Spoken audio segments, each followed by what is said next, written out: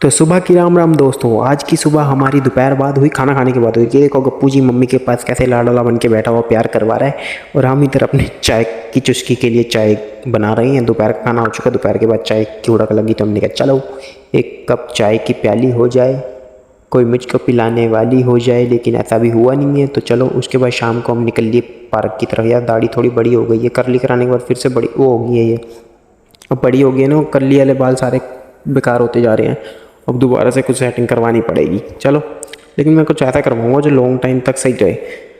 मतलब भाई ये तो अभी 2 महीने भी नहीं हुए, उसके बाद फिर से ऐसी होने लग गई तो फ़ायदा कोई नहीं है इसका दोबारा करवा के। तो चलो बाकी कमेंट में बताना क्या होता है, क्या करना चाहिए। और यहाँ पार्क आए तो बच्चे खेलने में लगे थे फुटबॉल, और हम सोच रहे थे अपने हैंड स्टैंड की प्रैक्टिस कर ली जाए। तो आए, हमने लग गए फिर प्रैक्टिस के लिए। प्रैक्टिस में भी भाई तेरा बीच में मतलब कंटिन्यूसली नहीं हो रही है, एक दिन 1-2 दिन के गैप में होती है प्रैक्टिस भी, लेकिन फिर भी फोकस अच्छा रहता जा रहा है। आज मैंने 14 सेकंड के आसपास कर ली थी, लेकिन बीच बीच में हो रही है नहीं हो रही। रिस्ट में ज़्यादा पेन होता है क्योंकि रिस्ट मजबूत होनी चाहिए आपकी। तो चलो अभी कोशिश कर रहे हैं धीरे धीरे, पता नहीं कब तक प्रॉपर कभी खड़ा हो पाऊँगा, मतलब हैंड स्टैंड पे।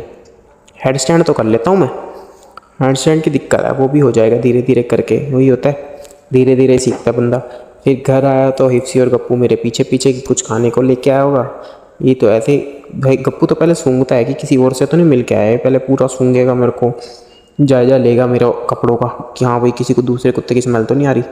फिर आ रही होगी तो फिर गुस्सा करने लग जाएगा। और उधर देखो गप्पू मेरे ऊपर चढ़ा, हिप्सी भौंकने लग गई मेरे ऊपर। मैं कहा अच्छा जी, ये भी ज़्यादा मतलब नटखट मचकली सी हो गई है। फिर उसके बाद लेके आए हम दूध खत्म हो रहा था तो चलो दूध लेने आ गए। और ये देखो जिम्मी और वाइट वाली कैसे पड़ी हुई आराम से अपनी टफ़ी है शायद इसका नाम। घर आया, रोटी बनाने लगा तो लाइट चली गई। यहाँ हमने अपनी गैजेट निकाल लिया डोरेमोन का रोटी बनाने के लिए। यहाँ गर्मी में रोटी बनाएंगे। गप्पू हमारा देखो कैसे पड़ गया, और इसी देखो ये सामने पड़ गई गेट के बीच में। और एक चूहा आ गया था किचन में, तो इसको देख के ये दोनों इधर इधर ही पड़े हुए कि ऐसे कैसे सॉरी गला खराब हो गया था। तो उसके बाद इनको रोटी खिलाई। रोटी खिलाने के बाद गप्पू जी कह रहा हमें लेके चलो। ये देखो कैसे टर फिटकड़ी जी बन जाता है, फिटकड़ी। बस इसको इतनी एक्साइटमेंट होती है कि भाई क्या ही बताएं। इसको नीचे लेके गया, और ये देखो सामने देखना भी, ये बेचारा वही गाय का बच्चा दिखेगा आपको खड़ा हुआ अपनी माँ के लिए। ये पहले तो वाइट वाली आ गई, ये देखो सामने मैं जूम कर रहा हूँ, आपको दिखेगा नहीं, ये खड़ा हुआ गेट के पास, आँखें चमक रही हैं। उसके बाद अभी पास लेके जाता हूँ। फिर मैंने कहा रोटी इसी को डाल देते हैं तो इसको रोटी डाली। अब तो डरना कम होगा, नहीं तो पहले बहुत डरता था, देखते ही भाग जाता था। रोटी दूर से रखनी पड़ती थी फिर खाता था ये।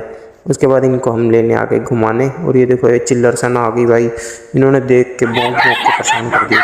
हमारे मोहल्ले में कौन आ गया, अभी नए बच्चे दिया ना करते हैं, उसके बच्चे बड़े हो गए, कोई सता हो गया। चलो कोई बात नहीं, इसका कुछ नहीं होता।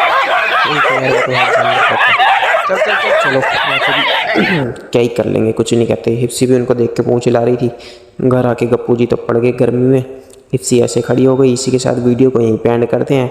वीडियो अच्छी लगी तो like share subscribe comment. Bye bye, जय श्री राम, जय माता दी।